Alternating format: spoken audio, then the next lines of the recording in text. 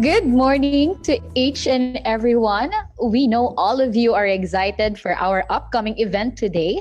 We will start our program at exactly 9:30 a.m. But before anything else, we would like to remind our virtual participants to please keep in mind these reminders at all times. One is to make sure that your microphones are always on mute. Second, we encourage everyone to always turn on your videos for us to clearly have a feel of your presence in our event. Third is to please put the name of your agency on where you belong to before your name so that we can recognize you during our program. And lastly, sit back, relax, and enjoy the show. In about 5 minutes, we will start our most awaited event.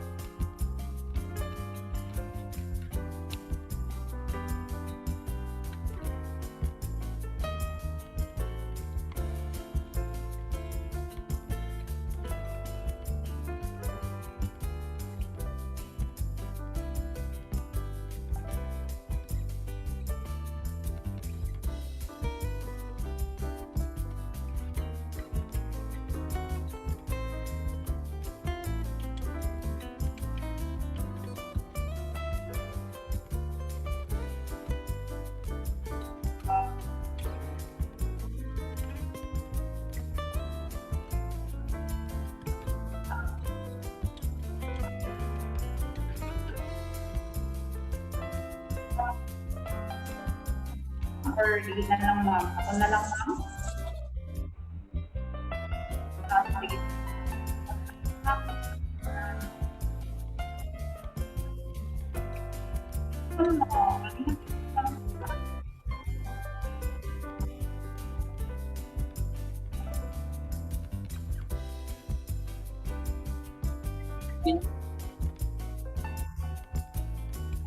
Mute, mute. Sorry, unmute.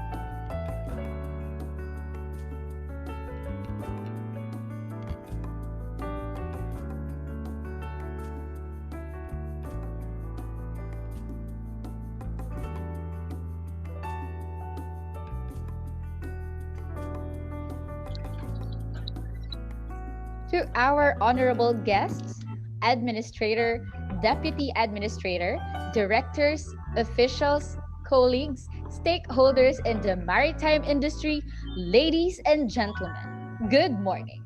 We welcome you to this year's celebration of the National Maritime Week with the theme Sustainable Shipping for a Sustainable Planet. We would like to congratulate our participants that will join us in our week long event because this is the first time that we will do our Maritime Week through a virtual platform. Discussing further what is National Maritime Week, here's a brief background of our celebration. It was in July 1996 when the International Maritime Organization enjoining all member states to celebrate World Maritime Day on the last week of every September of each year, aimed to focus attention on the importance of maritime safety, security, and environment protection. Meanwhile, it was through Presidential Proclamation 1049 that consolidated National Maritime Day and National Seafarers Day, making a week long celebration dubbed as the National Maritime Week to be more significant, encompassing, and inspiring. It is through another presidential proclamation which mandated the planning and coordinating of the NMW event to be alternately rotated amongst the Maritime Industry Authority, Philippine Coast Guard, and the Philippine Ports Authority and the Cebu Ports Authority. So this year's celebration will be hosted by yours truly, the Maritime Industry Authority. So before we formally commence our most awaited event, may we ask for Miss Farlene Cortez to lead us in our invocation, to be followed by the singing of the national anthem.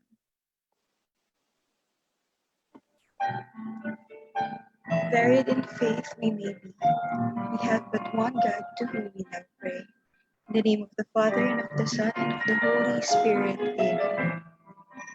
Almighty and loving God, acknowledging that everything comes and proceeds from you, we humbly lift up to thee this momentous occasion and ask you to bless it. Lord, fill everyone present with your grace and wisdom, and imbue in each one of us a sense of unity and purpose, filled with love for our country, the Philippines, and for the Filipino people. May you grant us the grace of inspiration and dedication to think and work together as one in pursuing and accomplishing our shared vision and plan towards a nationally integrated and globally competitive maritime industry. And give us the strength to overcome difficulties and find solutions for the betterment of the Philippine maritime industry amidst this COVID-19 pandemic. All this we ask through Christ our Lord. Amen. In the name of the Father, and of the Son, and of the Holy Spirit.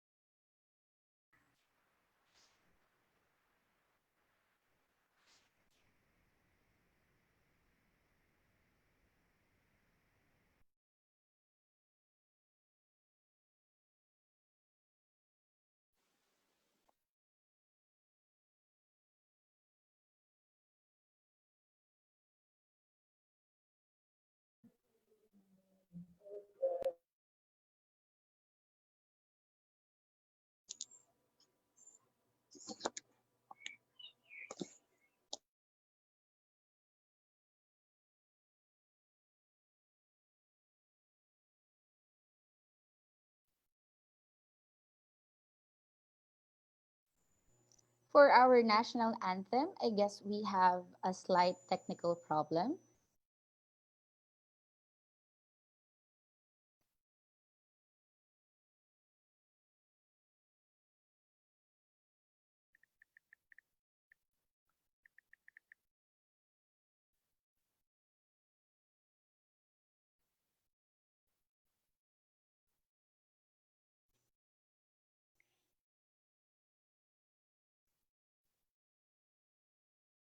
Let us all once again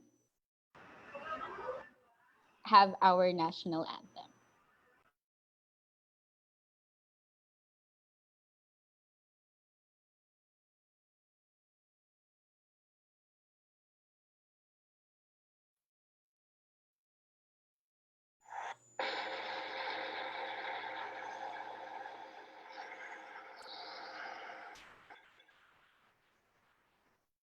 Bayang magiliw, perlas ng silanganan, alab ng puso, sa dibdib mo'y buhay. Lupang hinirang, duyan ka ng magiting, sa manlulupig, di ka pasisiil, sa dagat at bundok, sa simoy at sa langit mong bughaw. May dilagang tula at awit sa paglayang minamahal, ang kislap ng watawat mo'y tagumpay na nagniningning. Ang bituin at araw niya kailan pa may di magdidilim. Lupa ng araw ng walhatit pagsinta, buhay ay langit sa piling mo. Aming ligaya na pag may mga api, ang mamatay ng dahil sa'yo.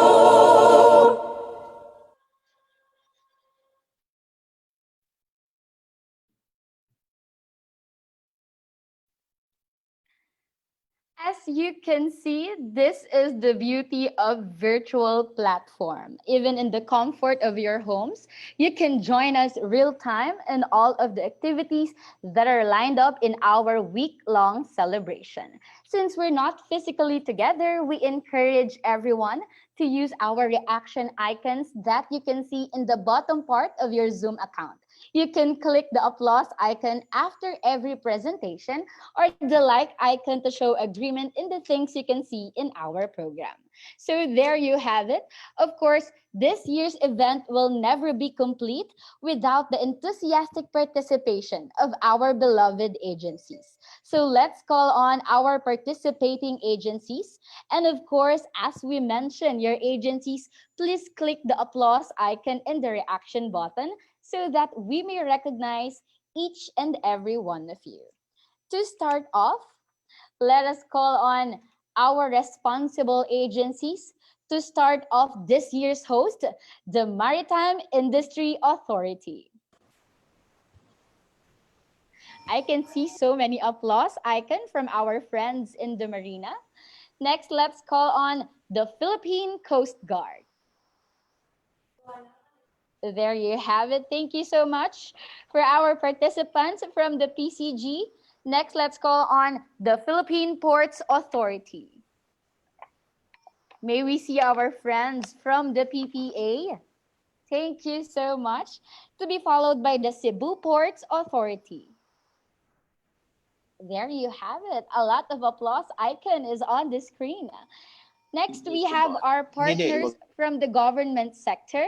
Let's call on Board of Investments, Commission on Higher Education, Development Bank of the Philippines, Department of Environment and Natural Resources, Department of Finance, Department of Foreign Affairs, Department of Labor and Employment, Department of Science and Technology, Department of Tourism, Department of Transportation, good morning, Department of Trade and Industry, the Marino Party List is also here, Metro Manila Development Authority, National Maritime Polytechnic, Philippine Economic Zone Authority, Philippine Merchant Marine Academy, Philippine Navy is also with us today, Philippine Overseas Employment Agency, Technical Education and Skills Development Authority or TESDA.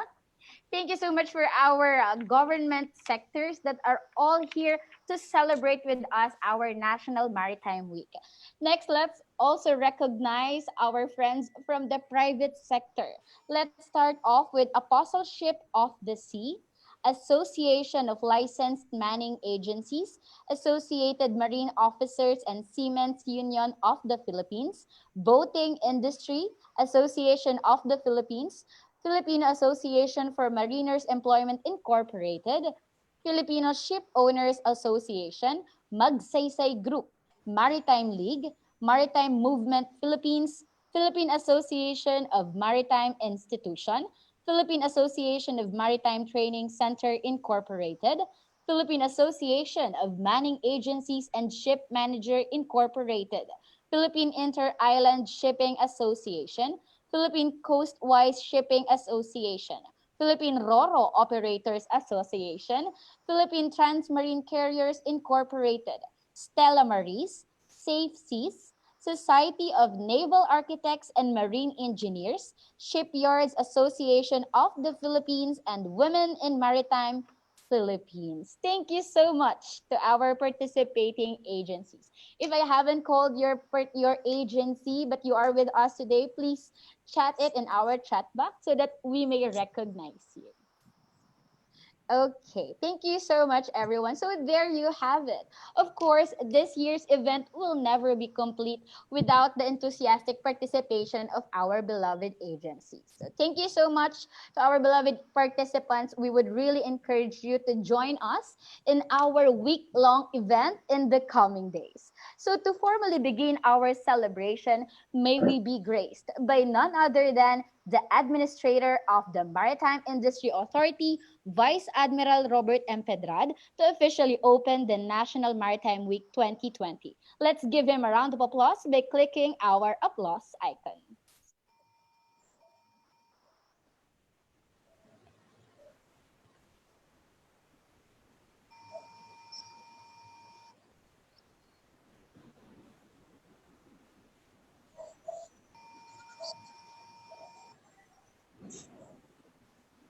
Administrator, sir, your mic, sir, is on. Thank you so Sorry. much. Thank you very much, Eva, for the introduction. First of all, allow me to hear a verse from the Bible that will encapsulate the week-long celebration of the National Maritime Week as hosted by the Maritime Industry Authority. It's taken from 1 Corinthians chapter 1, verse 10. And I'd like to share this to all of you. I appeal to you, brothers, by the name of our Lord Jesus Christ, that all of you agree and that there be no division among you, but you be united in the same mind and the same judgment. 1 Corinthians 1:10. This is what we need to move forward in our dream of becoming a progressive maritime industry. Industry leaders and partners, fellow servants in the government service, ladies and gentlemen, good morning. In behalf of the team Maritime Industry Authority, all the members of my team, my warmest greeting to one and all.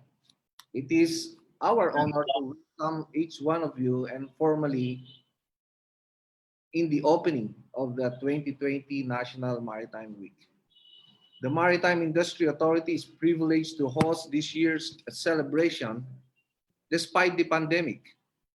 It's a privilege because we display our capacity to maximize digital platforms in putting together various activities, all aimed to focus attention on the importance of the maritime industry for socio-economic growth and encompasses on maritime safety or emphasize in maritime safety, security of the maritime environment.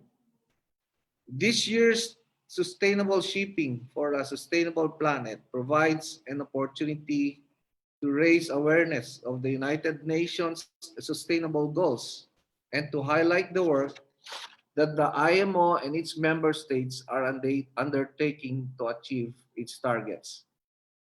It is noteworthy to mention that the Maritime Industry Development Plan, now on its second year of implementation, is aligned with the United Nations goal of promoting, sustaining inclusive and sustainable economic growth, full and productive employment, and decent work for all, and to promote inclusive and sustainable industrialization, foster innovation, and conservation and sustainable use of the oceans, seas, and resources for sustainable development.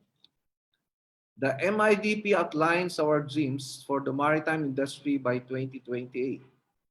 We want to accelerate the achievement of a nationally integrated and globally competitive maritime industry by developing and sustaining an organizational culture and practice of leading maritime education, innovation, technology, and sustainability. The concept of national integrated maritime industry is viewed as the effective integration of all key stakeholder policies, plans, programs, operations, and resources in terms of geographical, spatial, functional, and institutional dimensions. Ladies and gentlemen, the maritime sector take pride in ensuring that the Philippines remain not only an active member state of the IMO, but also a consistent member of the IMO Council all these years.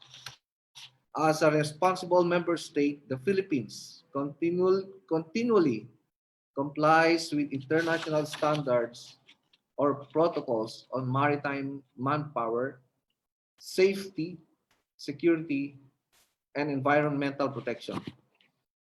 We cannot overemphasize the crown jewels that brought the Philippines in the world's maritime map.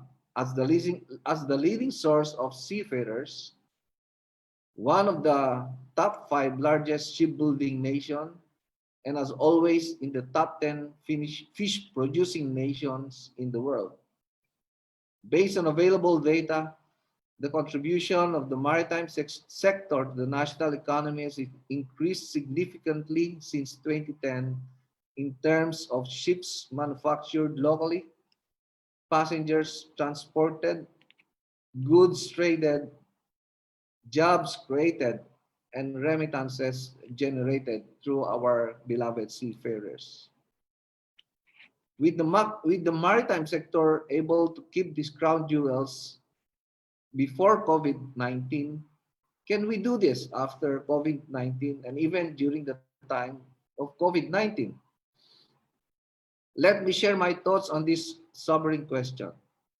Just as Filipinos are known for their resiliency, anchored on their deep faith in God, I believe that our maritime sector reflects this resiliency as well. Hence, my firm hope that it will overcome as it takes advantage of the opportunities which comes along during this pandemic. For as long as the government and the people and the maritime stakeholders together with Marina work together, collaborate together, be partners as we move forward in achieving our goal of a progressive maritime industry and eventually a progressive maritime Philippines, there is no reason for us not to succeed. The main feature of this celebration is the nationwide maritime industry symposium, which will be held from September 23 to 25, involving all the maritime sectors and maritime stakeholders and those maritime agencies in the government. And we will discuss and come up and collaborate and partner in coming up with strategic solutions, plans, and action so that we can move forward.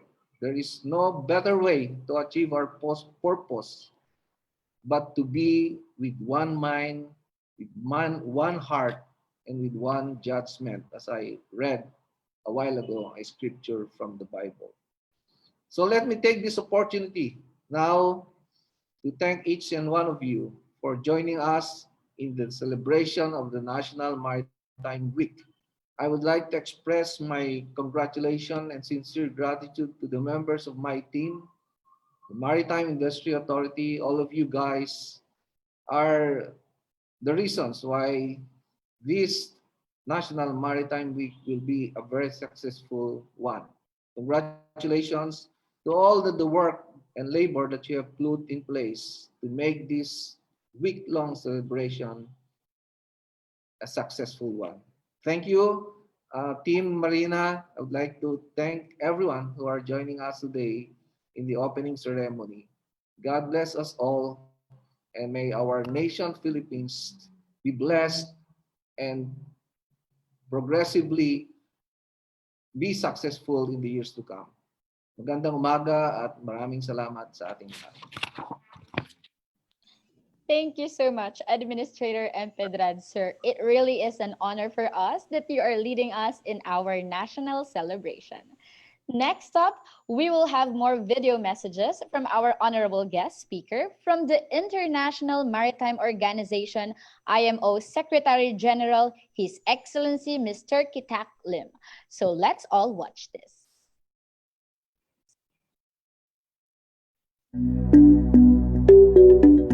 The COVID-19 pandemic has affected all of us with unprecedented impacts on our lives, our economy, and our societies.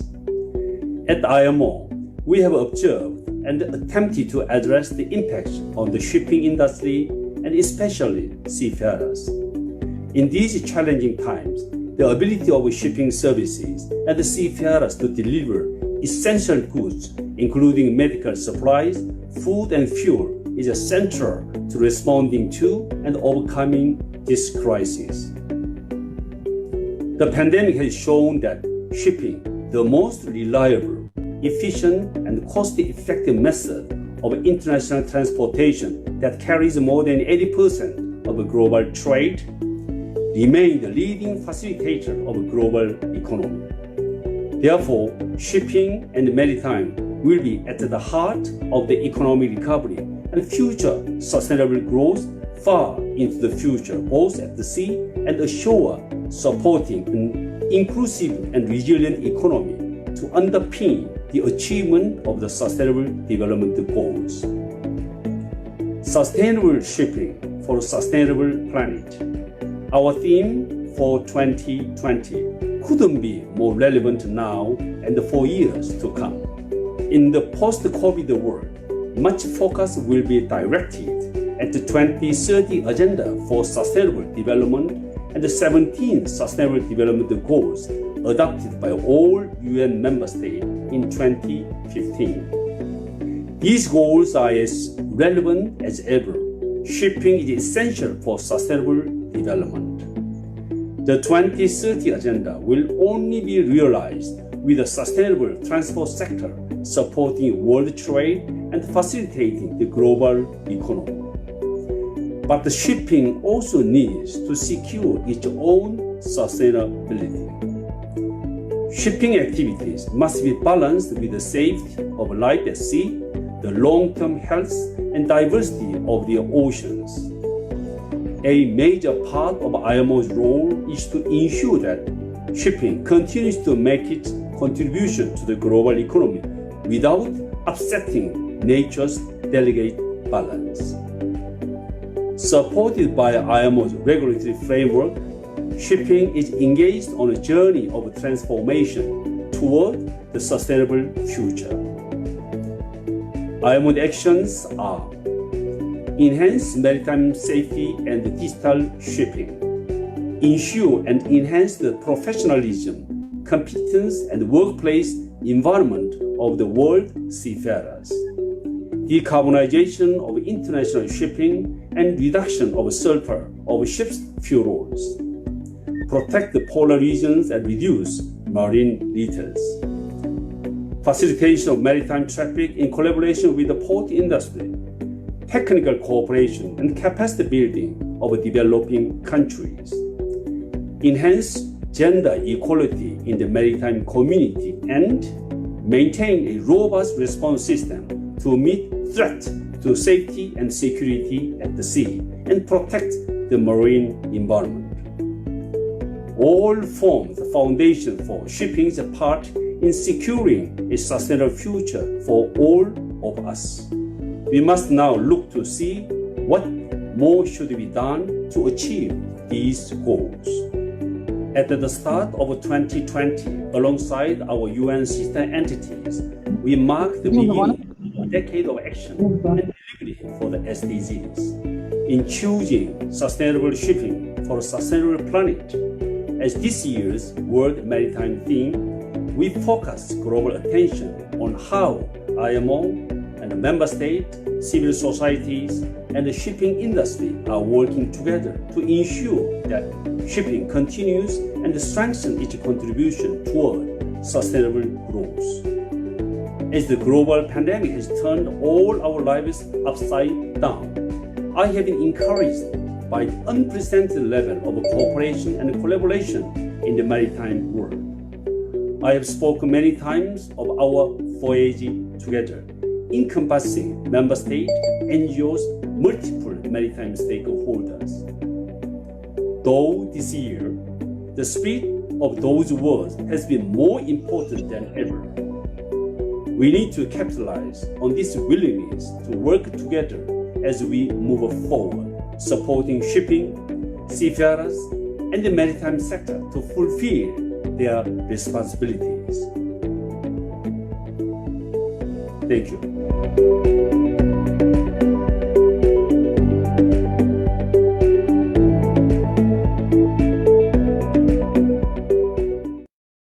We in the Marina would like to extend our deepest gratitude to our honorable guest for sharing to us the broad and significant nitty-gritty of this voyage in the maritime industry nowadays. So after that, now we would like to hear equally encouraging messages from our partner agencies. Let's start off with the Philippine Coast Guard, to be followed by the Cebu Ports Authority and the Maritime League. Let us all please watch this.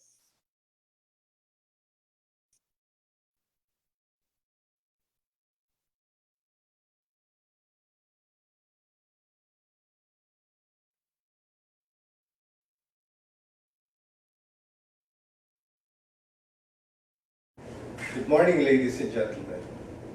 It is indeed a great privilege to be given the chance to speak before this momentous event, the opening of the 25th National Maritime League celebration. A week to raise public awareness on the significance of maritime industry to them as an individual and the country's economic development, and to highlight the vital role and contributions of government agencies performing under the maritime sector of the Philippines. This celebration is also another way to give due recognition to our seafarers as our key workers in the global nature of the shipping industry, to highlight their efforts and major contributions to the nation's economy. This year, we all have witnessed how the COVID-19 pandemic impeded the industry that it almost shut down in most countries. It affected not only the transport of goods via seas, but also our seafarers who are working on board ships around the world. But the Philippine government and its maritime agencies have worked together and endeavored in providing aid and necessary arrangements to pursue with the operations around Philippine ports so as to assist our seafarers coming in and going out of the country. The Philippine Coast Guard, through the activation of its Task Force Bayanihan Returning Overseas Filipinos, or Task Force BROF, and its task groups assist in the repatriation of our seafarers to our airports and seaports up to this day. The Task Force BROF is now implementing the Green Lane Protocol for seafarers, which was initiated by concerned government agencies. With the Green Lane Protocol, the Philippines not only allows crew change for Filipino seafarers, but also foreign seafarers embarking and disembarking around Philippine ports and via Philippine airports. With the current restriction due to the COVID-19 pandemic, the Philippine Coast Guard continuously enforces its mandate to ensure the safety of ships transiting around the archipelago, the security around Philippine waters, and the protection of our marine environment. In collaboration with partner agencies in the maritime sector, the Philippine Coast Guard strives for undertakings that would guarantee for a better Philippine maritime industry, a sustainable shipping industry, and for a sustainable planet. May this week-long event be a platform for fruitful discussion and worthwhile activities.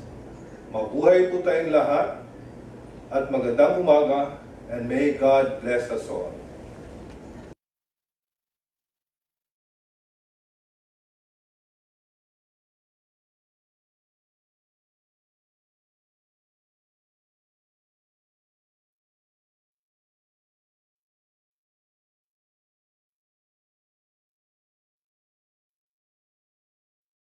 Good morning, friends and partners in the maritime industry.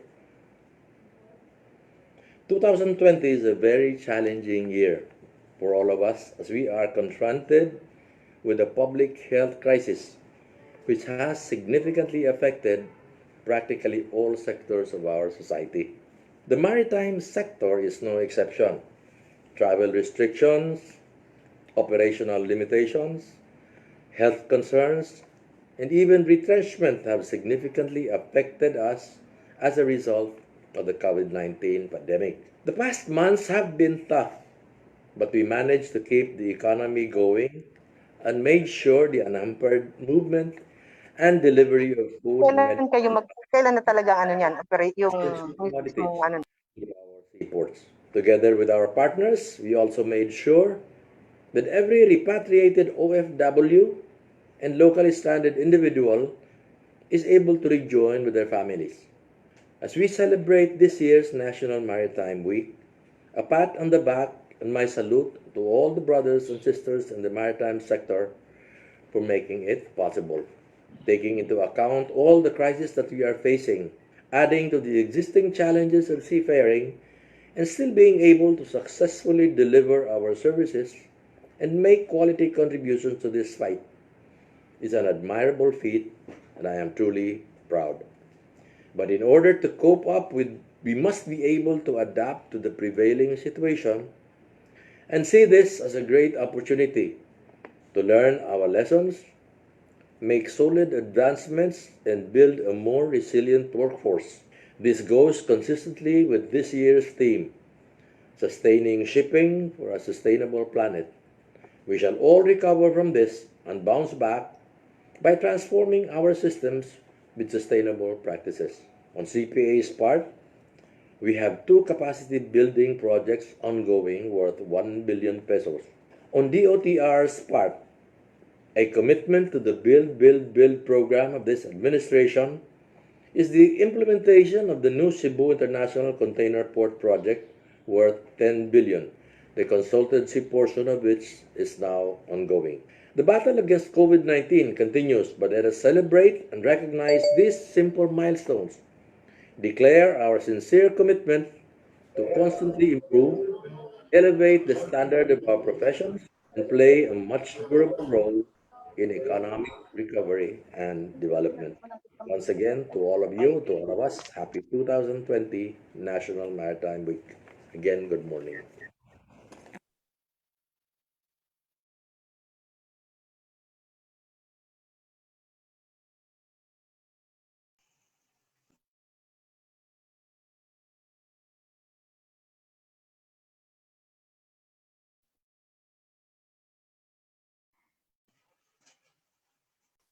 The message from the Cebu Ports Authority will be followed by the message from the Maritime League.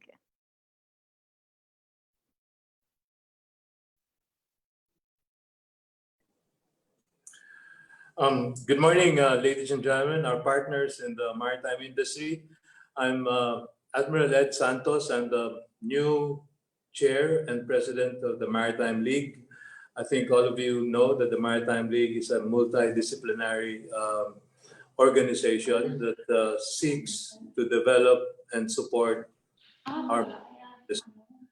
And so in behalf of the Maritime League and in behalf of AMOSOP, I would like to greet everyone a meaningful and productive Maritime Week. For the last 20 years, we at AMOSOP have always been doing the kick-off ceremonies for Maritime Week with a mass and a wreath laying for our departed seafarers and for our departed maritime leaders. Today, I'm a bit late because we just had our wreath laying in a very simple and social distance activity. But we were able to lay a wreath on the Filipino Seafarer Monument here at Amusuk, and also at the bust of the late Captain Gregorio Opa. Today, we also said prayers, not only for those who have departed, but also for those who are currently aboard ship,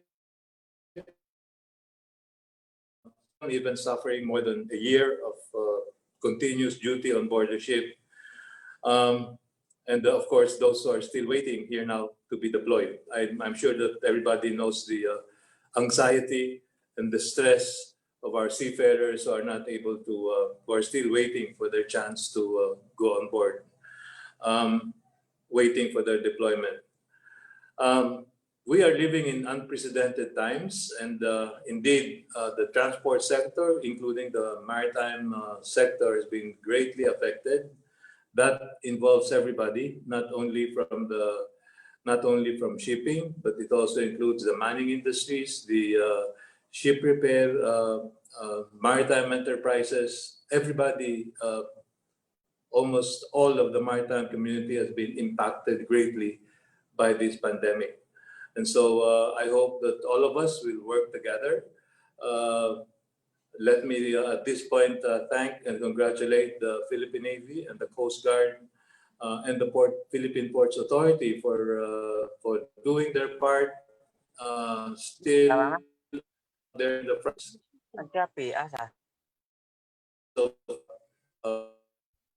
the airports and the airports, ensuring that we continue try to continue the maritime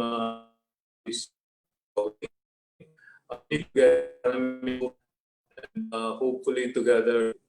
I'd like to thank as well all the other members of the Maritime League, from the manning agencies, from the maritime schools and the training centers, who, in spite of all these difficulties, are slowly moving on.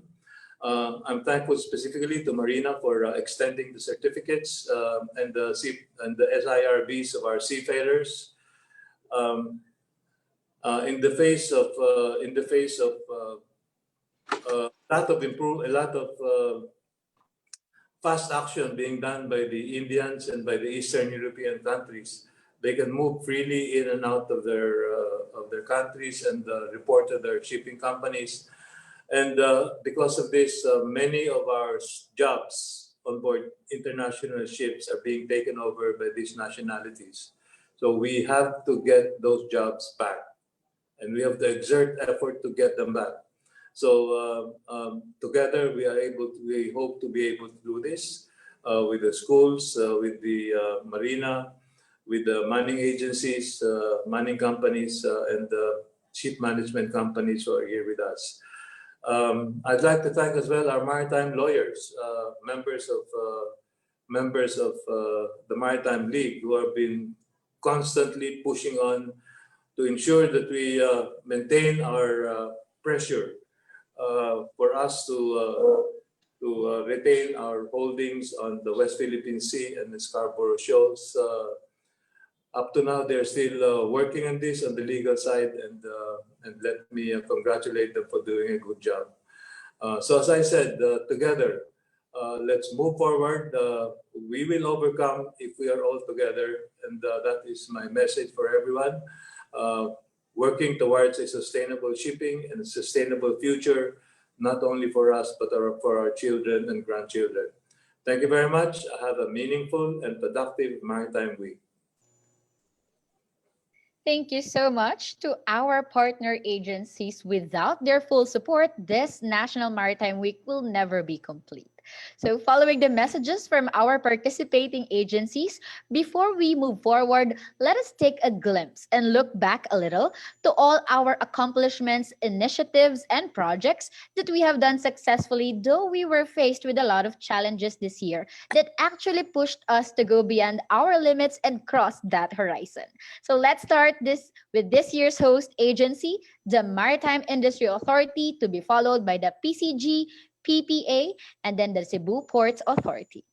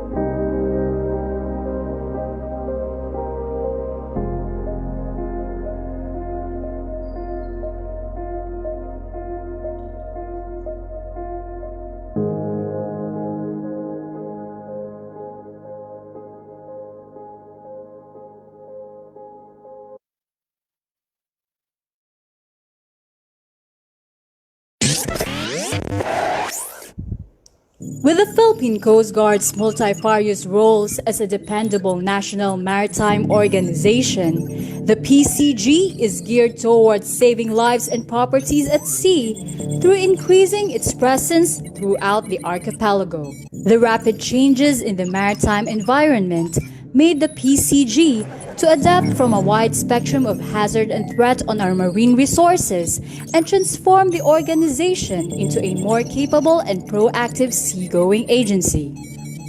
With the significant support of the government, the PCG was able to acquire the following assets: personal watercrafts, aluminum boats, rubber boats, 7-meter ribs donated by Japan in 2018.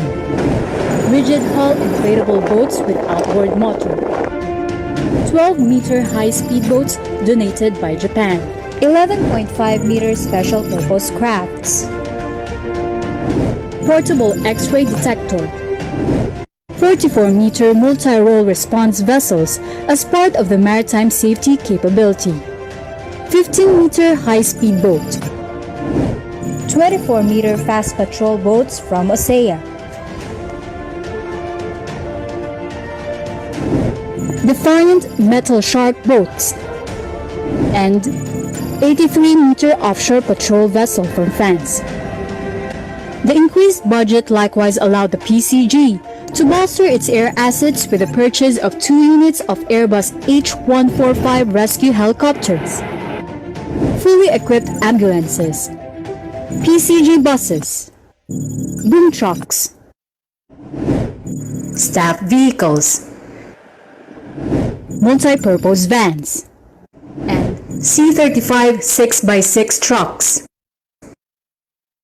With its vital role in the counter-terrorism, anti-illegal drug, and anti-smuggling efforts of the government, it was imperative for the PCG to upgrade its law enforcement capability by arming its people with the following weapons: 9mm submachine guns, 7.62mm light machine guns combat package, 5.56mm assault rifles, 9mm pistol, and sniper rifle. The PCG's leadership recognized the crucial role of information and communication among the units in the field. The PCG ordered the following upgrades: VHF-based radios, automatic identification system, HF communication radios, handheld radios, and VHF marine band handheld radios.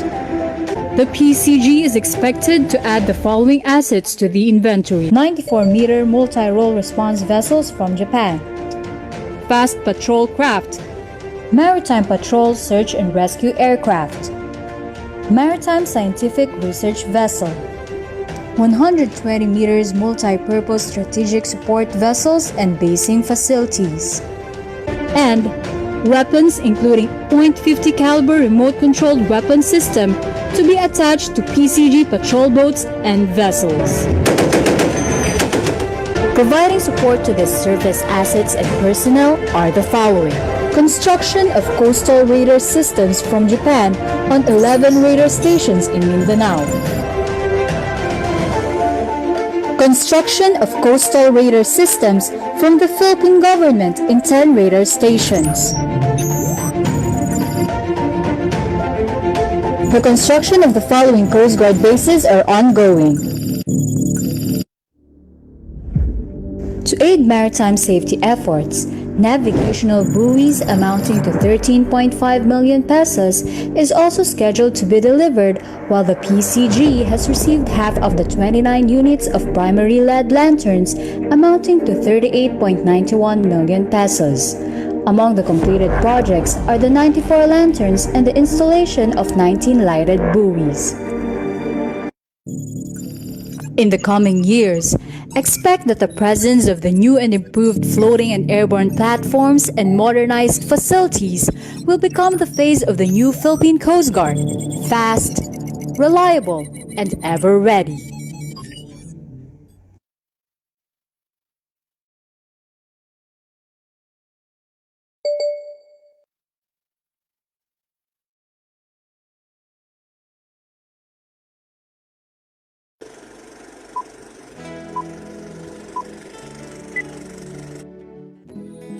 Tiwasay na natapos ng Philippine Ports Authority ang taong 2019 kung saan idinaos ang ika-45 taong anibersaryo ng ahensya na punong-puno ng pag-asa tungo sa panibagong yugto ng kanyang pagkakatatag. Naabot ng ahensya ang all-time high sa larangan ng pananalapi, numero ng kargamentong dumaan sa mga pantalan, Dami ng mga barkong dumaong sa mga ito at nakapagbigay ng pinakamalaking dibidendo sa kaban ng bayan mula nang ito ay maitatag noong 1974. Taong 2020, handang-handa na ang PPA sa pagharap sa mga hamon ng industriya para makatulong sa pag-unlad ng bansa dahil inaasahan na magiging mas mabuti at maganda ang taong ito kumpara sa nakaraang taon. Ngunit, may dala pala itong sorpresa na ikagugulantang ng lahat at susubok sa ating katatagan at pagkakaisa bilang mga Pilipino at isang bansa. Sa unang 3 buwan pa lamang ng taon, sari-saring pagsubok na ang dinanas ng bansa, gaya ng pag-aalburuto ng Bulkang Taal, kung saan maraming mamamayan sa Batangas at Cavite ang naapektuhan.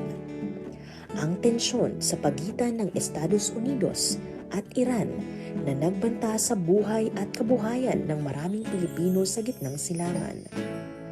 Ang sunod-sunod na pagpanaw ng mga sikat na personalidad at ang pagkakadiskubre ng bagong virus, ang Wuhan coronavirus o mas kilala sa tawag na Coronavirus 2019 or COVID-19. Ang epekto ng COVID-19 ay ramdam ng buong mundo dahil pinaralisa nito ang paggalaw ng mga tao, kalakal at turismo.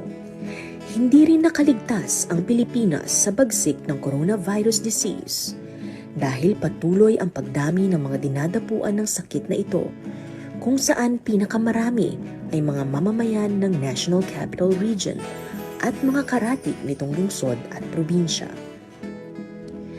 Dahil sa maagap at agarang aksyon mula sa Pangulo na agad isinailalim ang buong bansa sa State of Public Health Emergency noong 16 ng Marso 2020, napabagal ang pagkalat ng COVID-19 sa iba't ibang panig ng Pilipinas.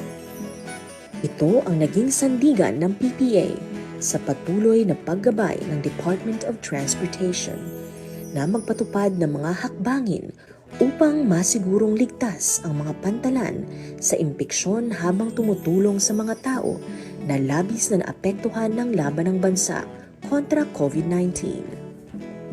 Siniguro ng PPA na bukas ang lahat ng pantalan nito upang patuloy ang paggalaw ng mga kargamento, lalong-lalo na ang mga pagkain, gamot at mga ekwipo na kailangan kontra sa COVID-19.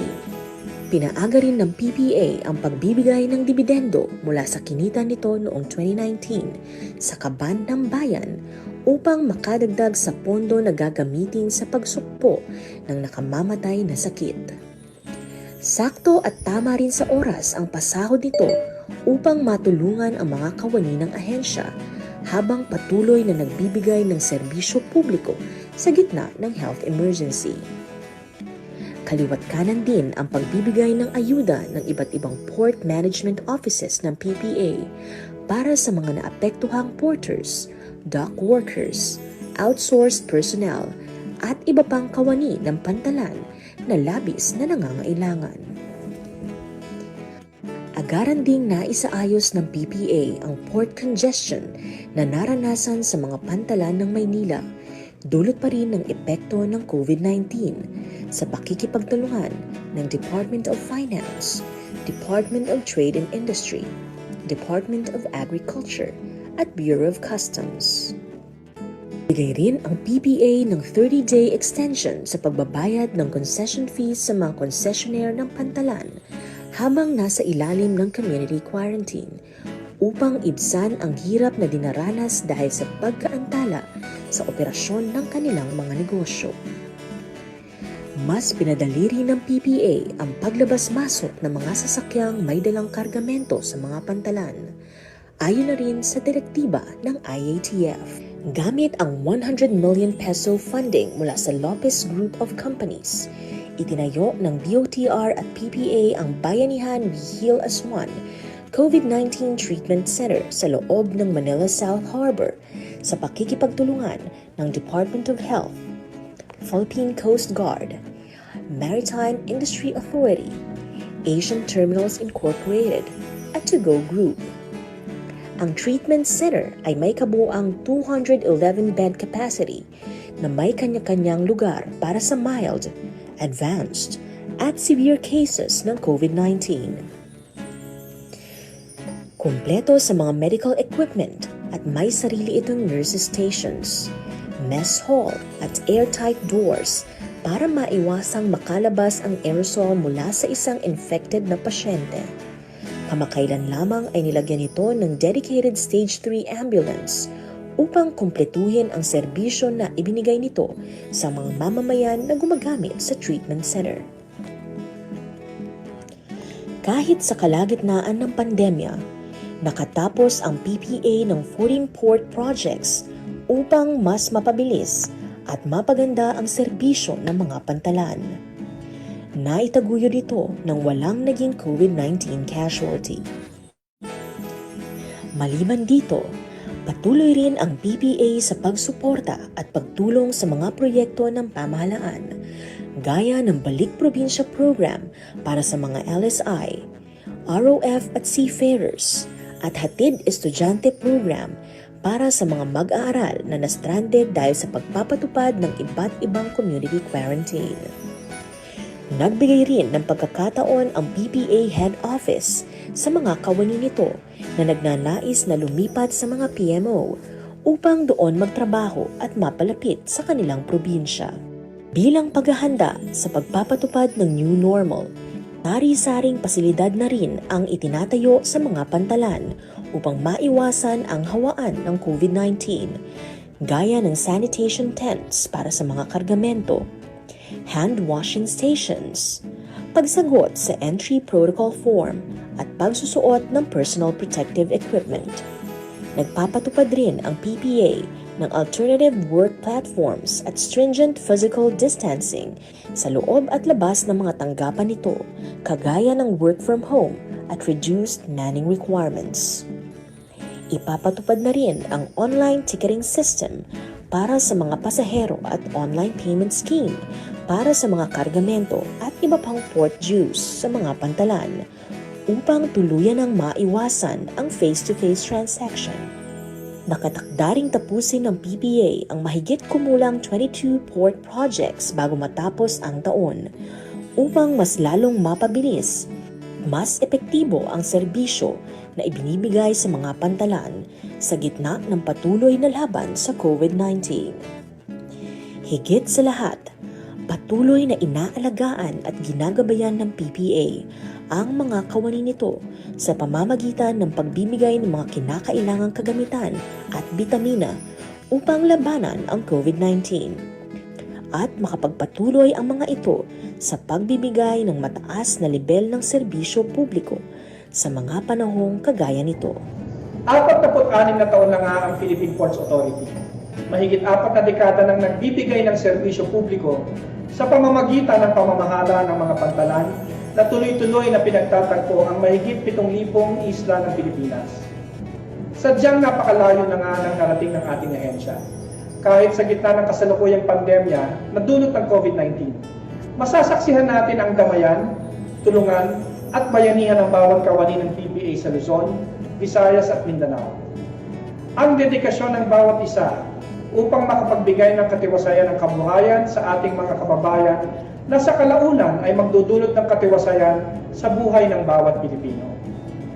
Di maitatanggi na ang mga kawani ng PPA ang pinakamahalagang bahagi ng tagumpay nito sa loob ng 46 na taon.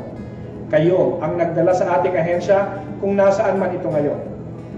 Sa mahigit 4 na taon kong panunungkulan bilang inyong punong tagapamahala, nasaksihan ko ang malasakit, serbisyo at dedikasyon ng bawat isa sa inyo. Lalong higit sa panahong kagaya ngayon, kung saan patuloy niyong ipinapakita ang puso ng PPA pagdating sa malasakit at serbisyo. Dahil dito, saludo ako sa inyo. Sa patuloy na banta ng COVID-19, samahan natin ang sambayanan sa laban na ito. Tulungan natin na iahon ang bawat isa. Dahil ang PPA ay di lamang itinatag para pamunuan ang mga pantalan, kundi upang maging kabalikat ng bayan sa pagbangon. Muli, sa inyong lahat, isang masigabong pagbati ng ika-46 na taon ng pagkakatatag ng PPA.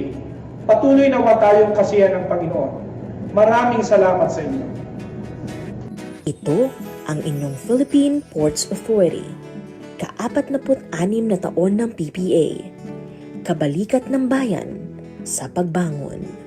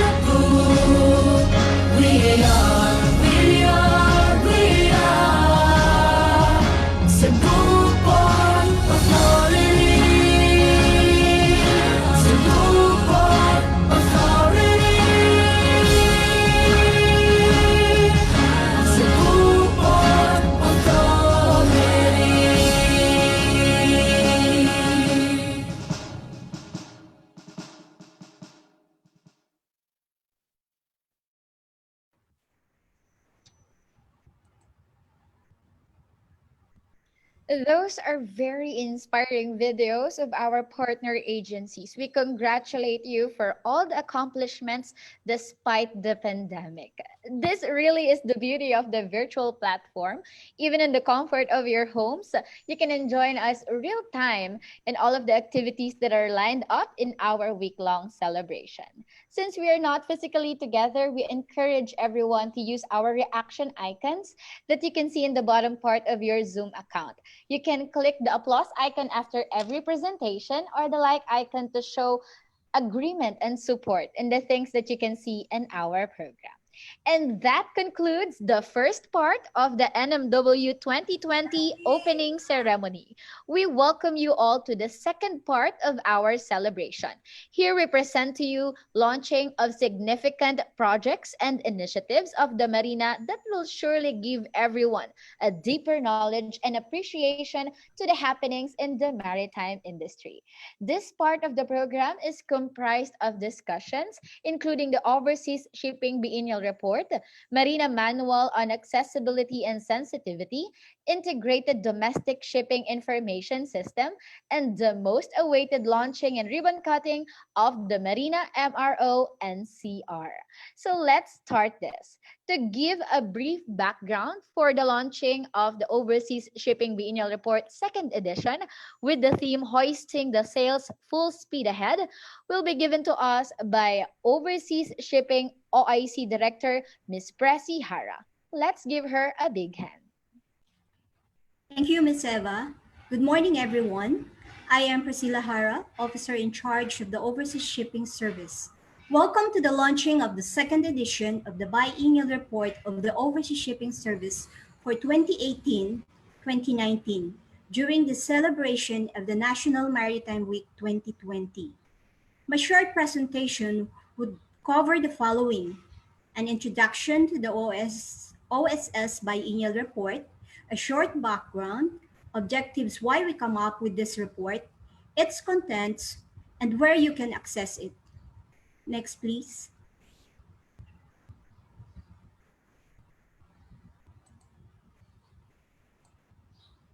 The publication of the OSS biennial reports is consistent with the policy of the government to provide information and full public disclosure and transparency in the public service. This is the Overseas Shipping Service way to report information to its stakeholders, class societies, relevant agencies, and the public of the office accomplishments for CY 2018 to 2019, and more importantly, the work that still has to be done in order to ensure that the country's compliance to its commitments as a responsible member of the international maritime community. Next slide.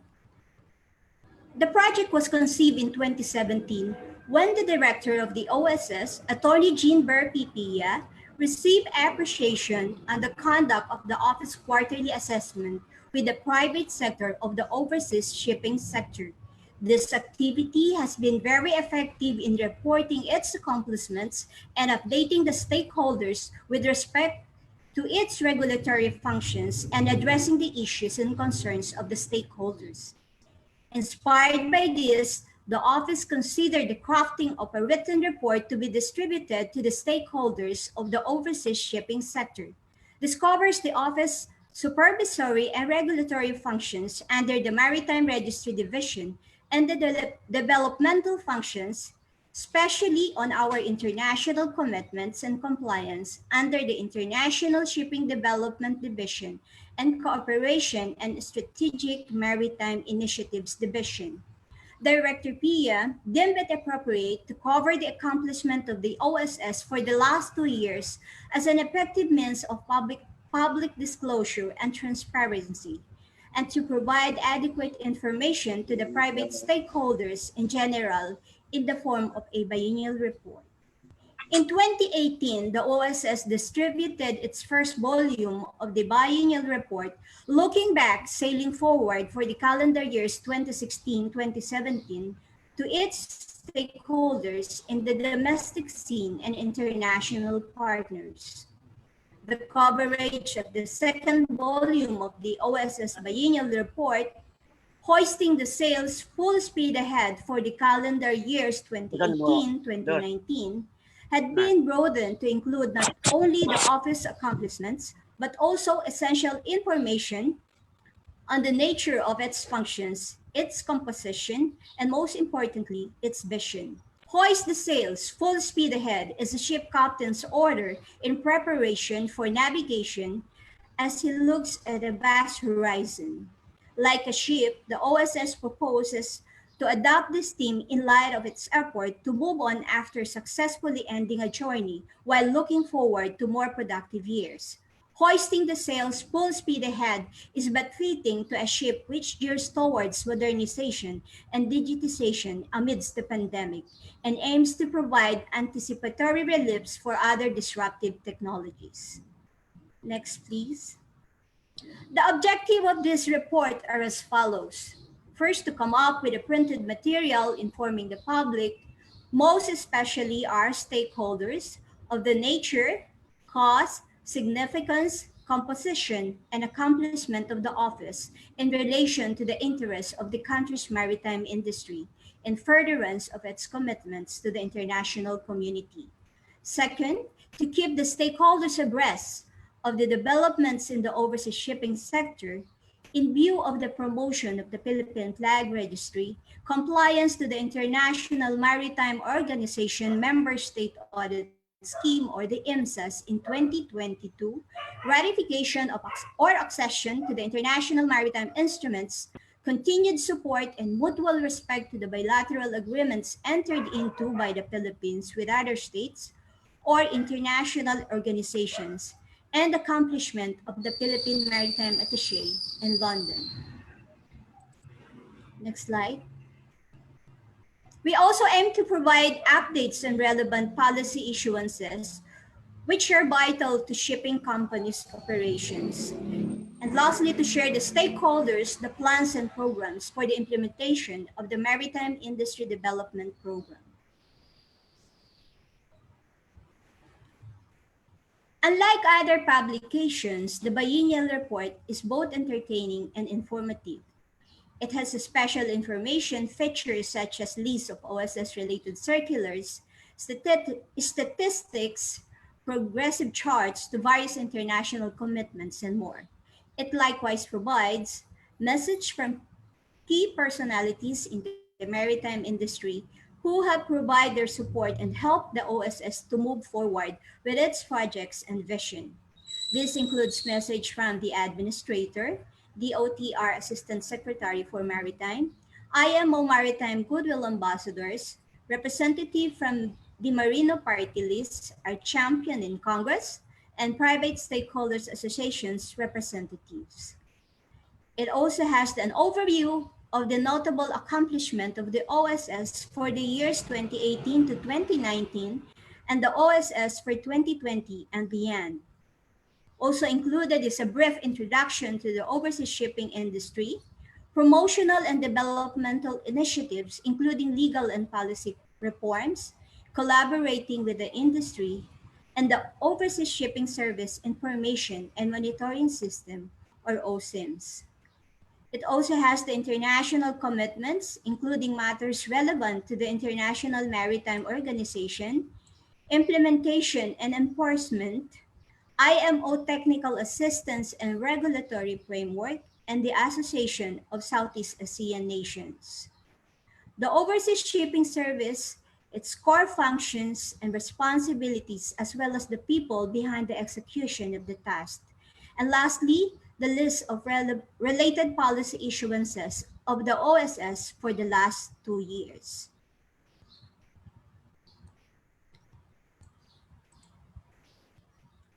After this launching, the biennial report will be available to be read online at the marina.gov.ph.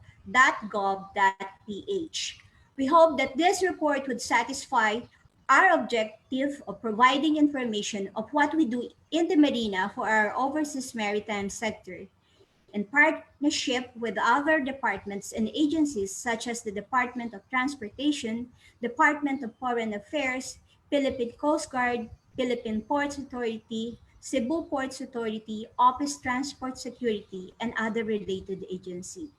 We also take this opportunity to express our appreciation to the marina management, personnel, and our partner agencies for your strong support and never-ending assistance in making all of this possible.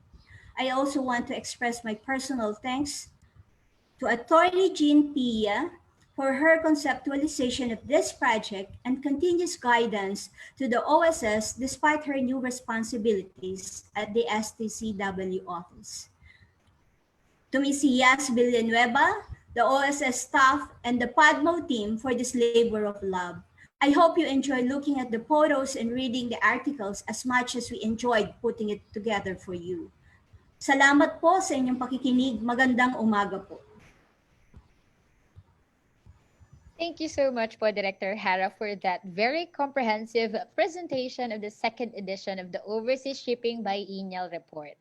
Next, let's have the presentation of the Marina Manual on Accessibility and Sensitivity, to be followed by the Integrated Domestic Shipping Information System that will be presented to us by no other than Management Information and Systems Service MISSOIC Director, Mr. Luisito de los Santos. Let's give him a round of applause.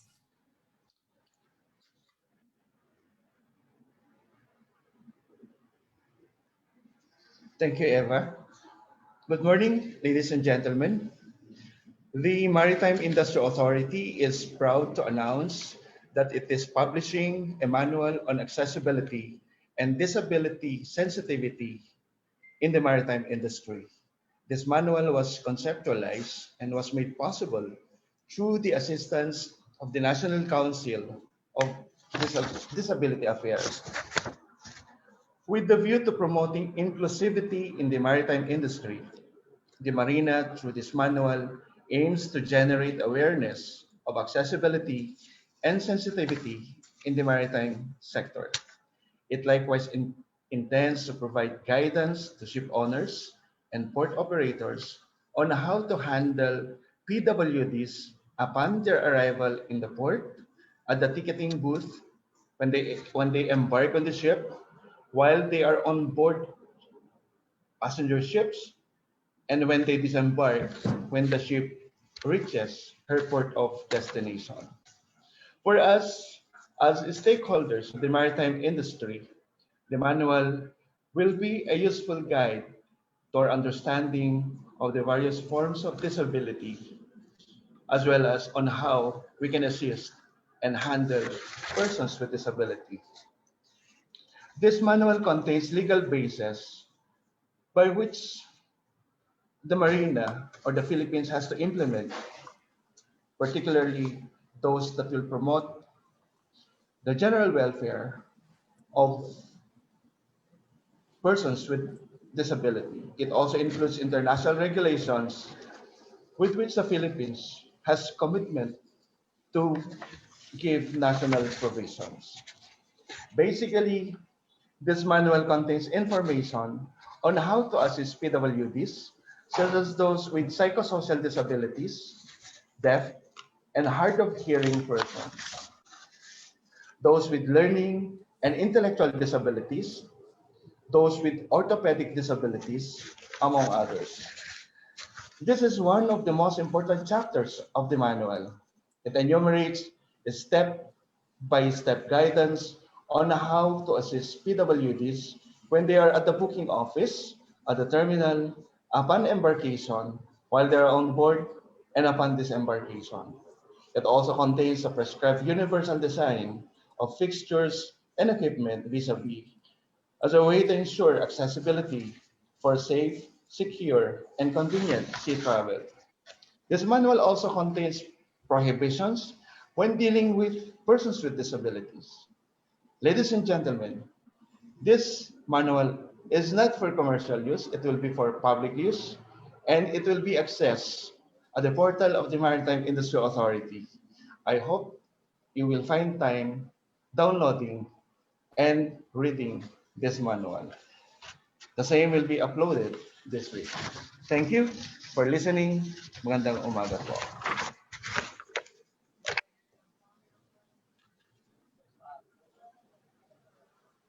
Thank you so much for that presentation, Sir Louis. Do we have another presentation po, sir, Yes, regarding yes, the IDSIS? yes. Justin, can you share this slide?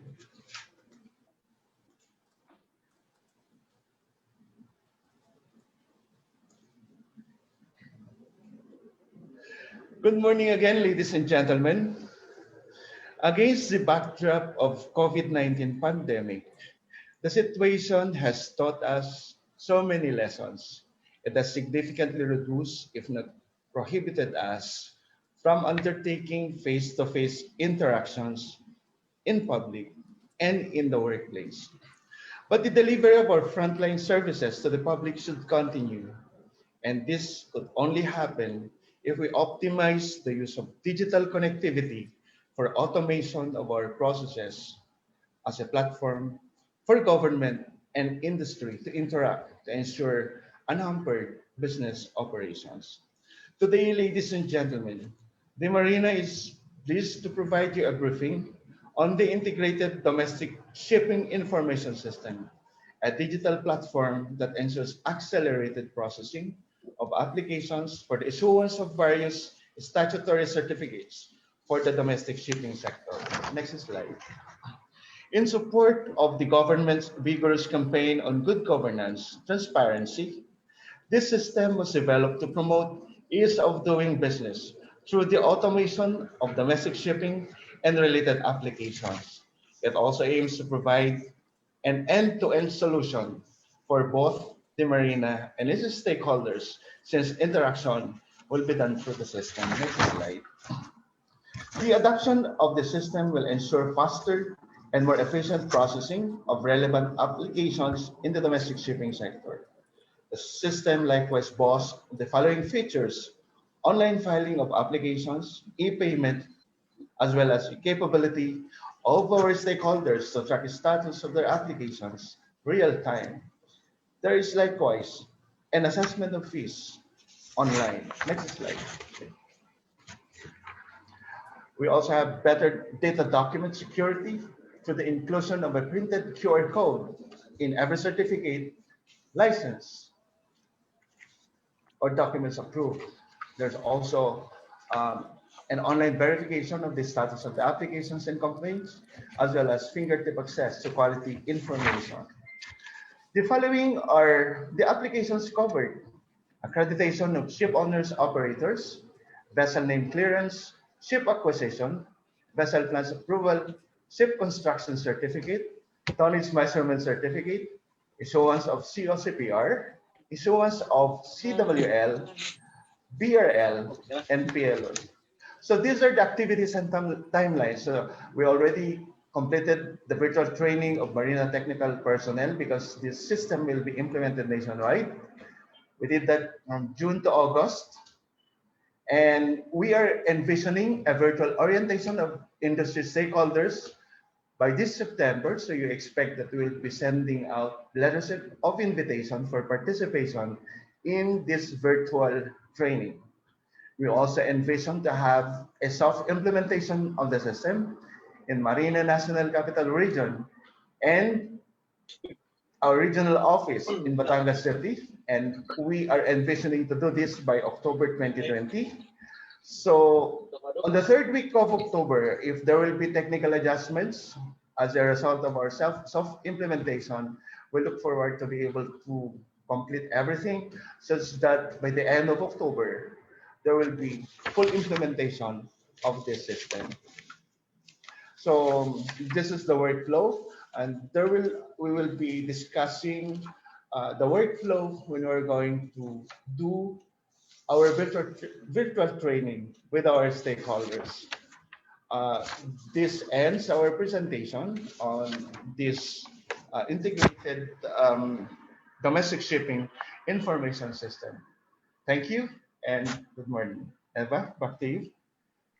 Thank you so much, Director Luisito de los Santos, sir, our Management Information and System Service OIC Director, for that very extensive and in-depth explanation of the said topics. And of course, we are now going to witness one of the highlights of our main event, and that is the launching of the Marina Regional Office at the National Capital Region that would surely promote efficiency and effectiveness in the delivery of its mandated functions. Today, as we open this year's celebration of the National Maritime Week, the Marina officially launches the Mro Ncr to perform regulatory functions also for issuances related to shipping. This will be presented to us by none other than Mro Ncr OIC Director, Attorney Sharon de Chavez Aledo.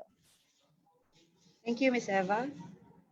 Good morning, ladies and gentlemen. I am Attorney Sharon Aledo, OIC Director of Mro Ncr.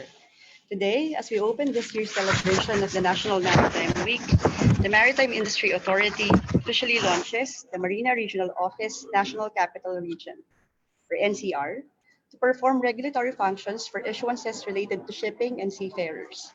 Central Office Processing Center, which is already operational since 2019, to cater to issuances related to seafarers is renamed as the Mro Ncr to include regulatory services on shipping. Next slide, please. The Mro Ncr is established in view of the following legal basis: Philippine Presidential Decree 474 on the reorganization of maritime functions in the Philippines, creating the Maritime Industry Authority and for other purposes, Executive Order number 125-125A on the Reorganization Act of the Ministry of Transportation and Communications, which is now the Department of Transportation.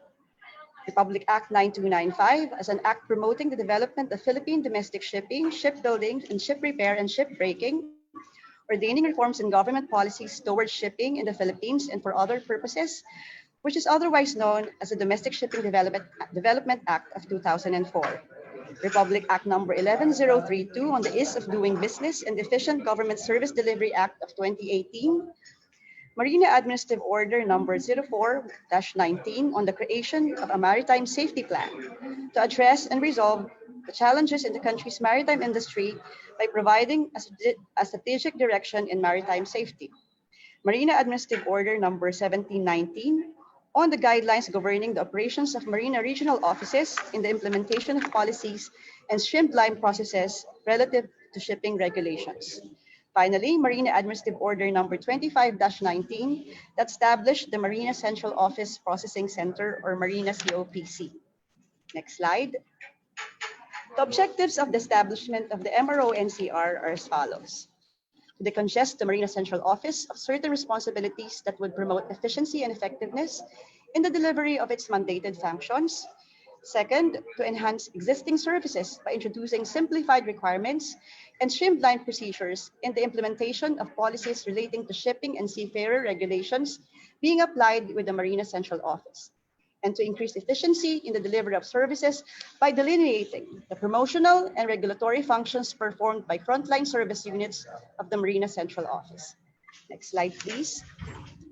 Our functions: to perform the administrative, supervisory, and regulatory and quasi-judicial functions as mandated under PD 474, EO numbers 125-125A, 1011, RA 9295, and its implementing rules and regulations, and its subsequent amendments, RA number 10635 and EO number 6363 in cases falling within its jurisdiction.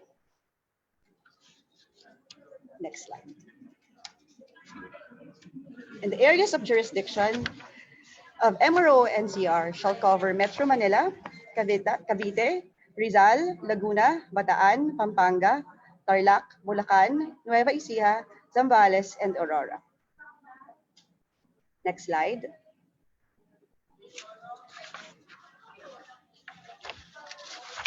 Here is the organizational structure of the Mro Ncr as shown in the figure. The Office of the Regional Director is under the direct supervision of the Office of the Deputy Administrator for Operations, a legal section which will perform enforcement and adjudication functions, and an Office of the Assistant Regional Director to handle the Shipping and Seafarers Division will be directly reporting to the Regional Director. The sections under the Shipping Division are the Shipyards Regulation Section, Maritime Safety Section, Franchising Section, Domestic Shipping Section, and the Overseas Shipping Section. On the other hand, the Seafarers Division shall be composed of the STCW section and the Manpower Development section that cater processing at the PITX, SM Manila, and POEA. In view of the state of public health emergency, the Mro Ncr has prepared an operational plan for the continuous delivery of public service to clients and stakeholders while simultaneously ensuring the health and safety of everyone amid the COVID-19 pandemic. During the pandemic, all applications shall be filed online. Said applications related to shipping shall be sent through the email addresses of the Mro Ncr, while the Marina Integrated Shipping Management Online or MISMO system and online appointment system shall be utilized for the applications of seafarers. Only applications with complete documentary requirements will be recorded with a unique tracking number for processing. For the payment of applications, the applicant shall be advised of the mode of payment through the Mro Ncr cash section or other payment centers. The inspection, survey, audit of ships and shipyards shall be remotely conducted through online video communication platforms. in view of the implementation of stringent social distancing and mobility restrictions to prevent further transmission of COVID-19 and thus ensure the safety and well-being of all. For the releasing of certificates related to shipping, electronic copies of the same will initially be forwarded to the applicant once approved and signed, the original hard copies of which will likewise be released through the Mro Ncr records section. For seafarer-related issuances, the documents will be released on a scheduled releasing date. All released or processed documents shall be filed with the record section for records keeping and retrieval. This process shall remain valid and subsisting until otherwise the operational plan has been revoked or amended or until the pandemic situation ceases. So the Mro Ncr is located at the third floor of the Marina Central Office Building, Bonifacio Drive, corner 20th Street, Port Area, Manila. The official email address of Mro Ncr is, as you see on the screen, mroncr@marina.gov.ph. The email addresses as shown shall be used for applications and for communication purposes per section of the Mro Ncr. Thank you, and happy celebration of the 2020 National Maritime Week. Thank you. Thank you so much, Attorney Sharon Aledo. Ma'am, do we continue with the virtual tour of our Mro Ncr? Yes, ma'am. Yes, ma'am. Okay, so we will be led by Attorney Sharon to our virtual tour of the Mro Ncr. We're two people that spend a lot of time together. We really have nothing in common. That should do it.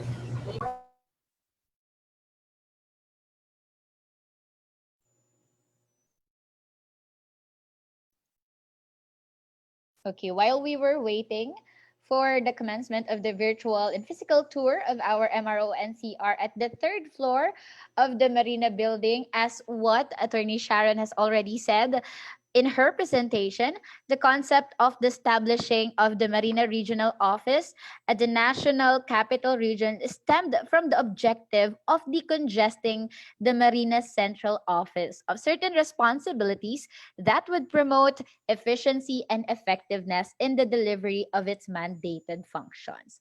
So, can we give a go signal if we can continue now with the virtual tour of our Mro Ncr office?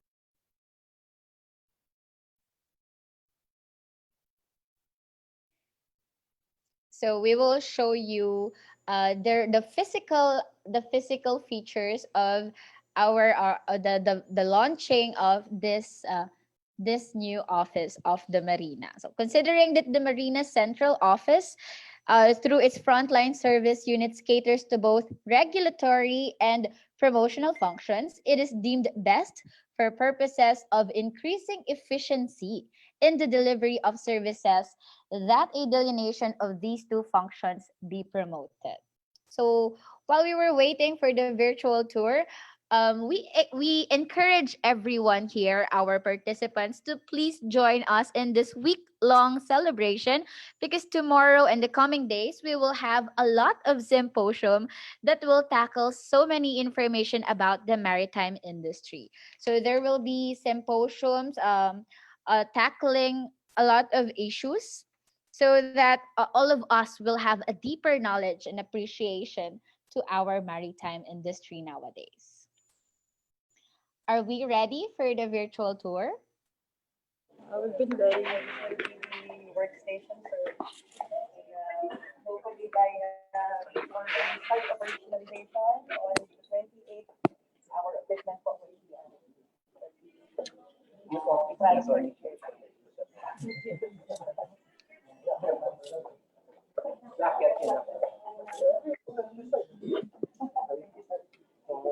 with the help of our DSP and of course the entire team.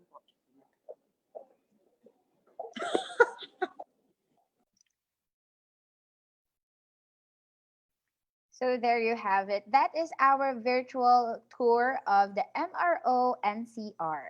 So this is also in line with the thrust of the government to introduce simplified requirements and streamlined procedures in the implementation of policies relating to shipping and seafarers regulations cognizant with Marina Administrative Order number 17-19 on the guidelines governing the operations of Marina regional offices in the implementation of policies and streamlined processes relative to shipping regulations. So we can see that Attorney Sharon Aledo is being accompanied with our none other than the Honorable Administrator of the Maritime Industry Authority.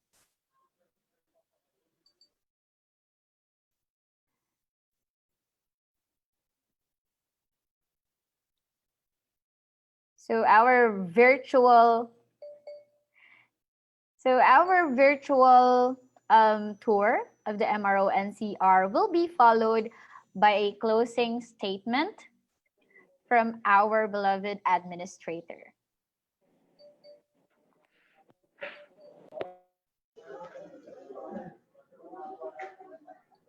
Okay na ako, Eva? Yes po, sir. Yeah. Thank you again, Eva. Again, to everyone, good morning. First of all, I'd like to express my sincerest gratitude and congratulations to Team Marina, led by Attorney Sharon Aledo for all the work he put in place. She puts in place for the activation of the Marina Ncr MRO.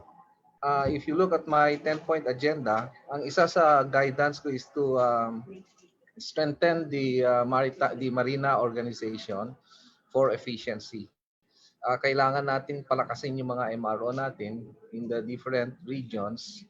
And wala pa kasi tayong MRO dito sa NCR that will cater to the services of areas like that in Bataan and many other parts of the NCR and nearby areas. So this is an historic activity for Marina kasi ang nangyayari is maraming claymore from the various stakeholders na medyo mabagal yung services that were provided. So with this activation of the NCR MRO, mapapabilis na natin yung services natin dito sa area ng ating bansa. Tulad ng sabi natin, what we need is speedy services for the satisfaction of our stakeholders. And in the same way, mabawasan na rin natin yung presence of corruption in the industry. So again, congratulations to Team Marina, and we hope that we will be working together with the various maritime stakeholders for the progress of maritime industry and our country as a whole. Again, my congratulations to Team Marina for this historic activation of the NCR MRO. Again, God bless us all, and we look forward to a continuous and efficient service to our maritime nation and our Filipino people. Thank you, Eva, and good morning again to everyone. Thank you so much to our Honorable Administrator, Vice Admiral Robert M. Pedrad. We thank you so much for joining us in our historic opening ceremony of the NMW 2020. This is just the beginning of our full-packed week-long event. We'll see you again in our event tomorrow and the coming days for the symposiums, seminars that will surely tackle more of our maritime industry. Once again, I am your today's host, Eva Ajero from the Maritime Industry Authority. See you all and God bless everyone.